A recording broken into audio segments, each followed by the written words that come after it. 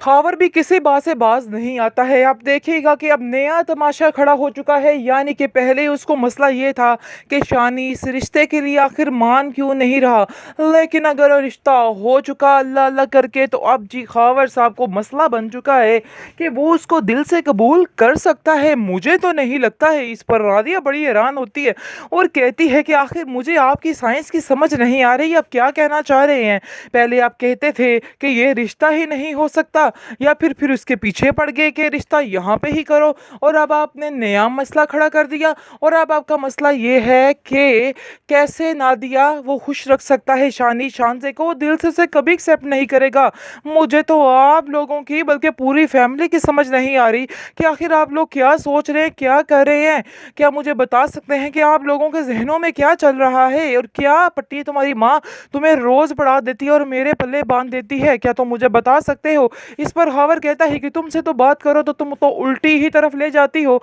तुम्हारी बात का कोई सीधा मतलब तो नजर आता ही नहीं है। मुझे तो बहुत अफसोस है, तुम्हारी सोच पे आखिर किस किस्म की सोच रखती हो तुम, मुझे तो समझ ही नहीं आती है कि आखिर मैं तुम्हारा क्या करूं। इस पर आप देखेंगे कि नादिया कहती है कि बस ठीक है, इस मामले में हमें और बहस नहीं करनी, ये उनका ऑफिस का मामला है, इसलिए आपको अंदर बोलने की कोई भी जरूरत नहीं है। जिस पर आप देखेंगे खबर कहता है कि चलो ठीक है जी, मैंने तो तुम्हारी बेहतरी के लिए बात की है कि देखो उनको जाके उनकी अंडरस्टैंडिंग हुई है, ऐसा ना हो कि कल को शानी उसको छोड़ दे। आगे से वो कहती है कि नहीं, मेरा भाई ऐसा नहीं है और ना ही वो ऐसा कर सकता है, इसलिए आपको भी परेशान होने की कोई ज़रूरत नहीं है, टेंशन मत ले तो ही अच्छा है। दूसरी तरफ देखेंगे कि शानज़े सोच रही है कि शायद उसने ये रिश्ता करके गलती तो नहीं कर दी, क्योंकि वो महसूस कर रही है कि शानी का मूड उसके साथ बिल्कुल भी ठीक नहीं हो रहा, दिन ब दिन खराब ही होता जा रहा है। इस पर वो कहती है कि तुम क्यों हर वक्त ऐसे मूड लेके बैठे रहते हो, तुमने मुझे भी परेशान किया हुआ है, अपनी माँ को भी परेशान किया हुआ है।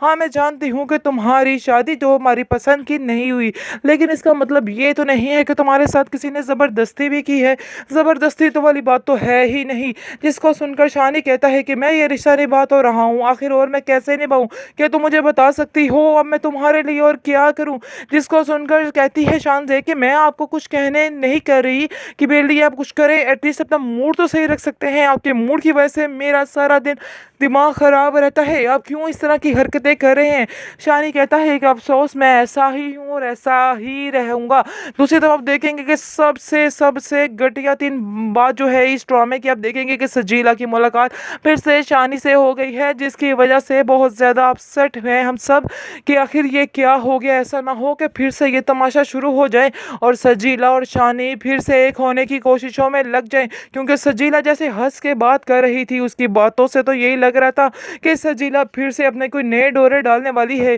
क्योंकि वो जिद्दी लड़की है और वो ऐसे पीछे नहीं हटने वाली है। उसको कोई फर्क नहीं पड़ रहा है कि उसका प्यार बढ़ चुका है, लेकिन उसको सिर्फ और सिर्फ इस बात की तसल्ली है कि अब सारा पैसा, हर चीज़ शानी के अंडर आ गई है, और अब वो अगर शानी को एक्सेप्ट करेगी तो फिर उसकी सारी चीज़ें सेट हो जाएंगी। बस इसी सोच ने उसे बिगाड़ दिया, उसका दिमाग ख़राब कर दिया है। बस दुआ करें कि अब ऐसा ना हो कि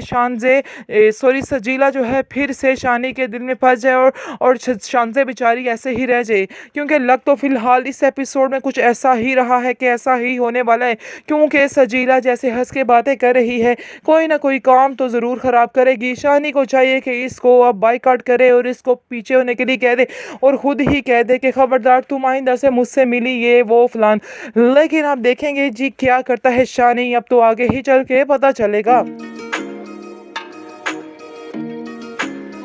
शानी का हाल देखिए कि फिर दोबारा से उधर ही टपक पड़ा है, क्योंकि जिसने उसको बुरे तरीके से अपनी ज़िंदगी से बाहर निकाल फेंका था, लेकिन उसको किसी बात का कोई असर नहीं हो रहा, फिर भी वहीं का वही शानी का दिमाग अटका हुआ है। इसको तो दोबारा इस औरत की शक्ल तक नहीं देखनी चाहिए थी, लेकिन अफसोस की बात यह है कि शक्ल क्या वो इसके घर तक पहुंच जाता है और फिर से वही वही गो यानी कि बातचीत शुरू हो जाती है। आप देखेंगे कि सजीला जो है वो भी काफ़ी ज़्यादा एक्साइटेड है, क्योंकि वो जिसने सोचा था, जो प्लान प्लान किया था वो ही करने की कोशिश कर रही है। जिस पर शानी को कहती है कि तुम्हारी बीवी तो तुमसे बहुत ज़्यादा प्यार करती है, बहुत लगाव है इसको तुम्हारे साथ। जिसको सुनकर वो कहता है कि किसी और को भी शायद मेरे साथ बहुत ज़्यादा लगाव था, लेकिन वो कहती है हाँ मुझे तो नहीं था, खैर तुम्हें है था। ये बात तुम अपने दिमाग में बिठा कर ही रखा करो। इस पर आप देखेंगे कि वो कहता है शानी के और इसके अलावा कोई तुम्हारी फरमाइश है, क्योंकि तुमने जो जो फरमाइश की है वो मैंने पूरी करने की कोशिश की है। आगे से आप देखेंगे सजीला इसको समझाती है और कहती है कि वक्त आने पर सब कुछ बता दूंगी,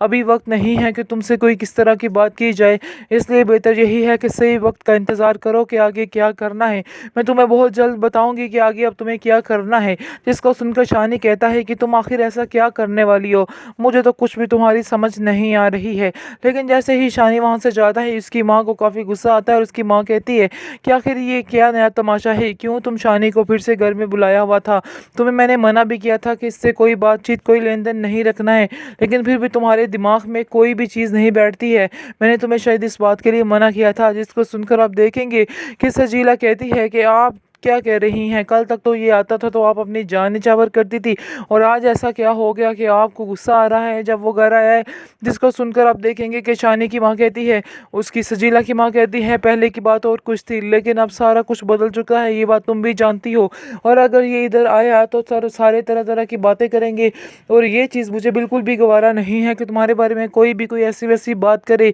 आगे से आप देखेंगे सजीला कहती है कि शायद आप ये नहीं जानती हैं कि वो मेरा कज़न भी है और वो इस लिहाज से मेरे घर आ सकता है, इसलिए आपको परेशान होने की या लोगों की बातें सुनने की कोई भी ज़रूरत नहीं है, और ना ही आप इन बातों की टेंशन ले तो ही अच्छा है। आगे आपकी तबीयत ठीक नहीं रहती है, लेकिन आप देखेंगे उसकी माँ काफ़ी परेशान है सजीला की वजह से, और सोचती है और अमचा से बात करती है कि मेरी तबीयत अब ठीक नहीं रहती है, मेरा दिल है कि जल्द अज जल्द अब इस लड़की को फारग करूं और इसको इस घर से रुखसत कर दूं। जिसको सुनकर अमशा कहती हैं हाँ आपकी बात बिल्कुल ठीक है, आप किसी से बात कीजिए और रिश्ता कहीं पे कीजिए, क्योंकि यही सबसे बेहतरीन ऑप्शन है। इस तरह से इसके दिमाग में इस तरह की फिजूल बातें भी नहीं आएंगी। लेकिन मुझे इस बात की समझ नहीं आ रही कि शानी इस घर में क्यों दोबारा वापस आया था और क्यों ये इससे बातचीत कर रही है। इसको बिल्कुल मना करे कि उससे कोई बात मत करे, क्योंकि ऐसा करने से हम सब की बदनामी होगी। आगे से आप देखेंगे कि उसकी माँ सजीला की कहती है हाँ तुमने बिल्कुल ठीक बात की है, मैं भी इसको समझाने की कोशिश कर रही हूँ, लेकिन मुझे ऐसा लग रहा है कि इसके दिमाग में कुछ और ही चल रहा है, लेकिन मुझे अभी तक समझ नहीं आ पा रही है।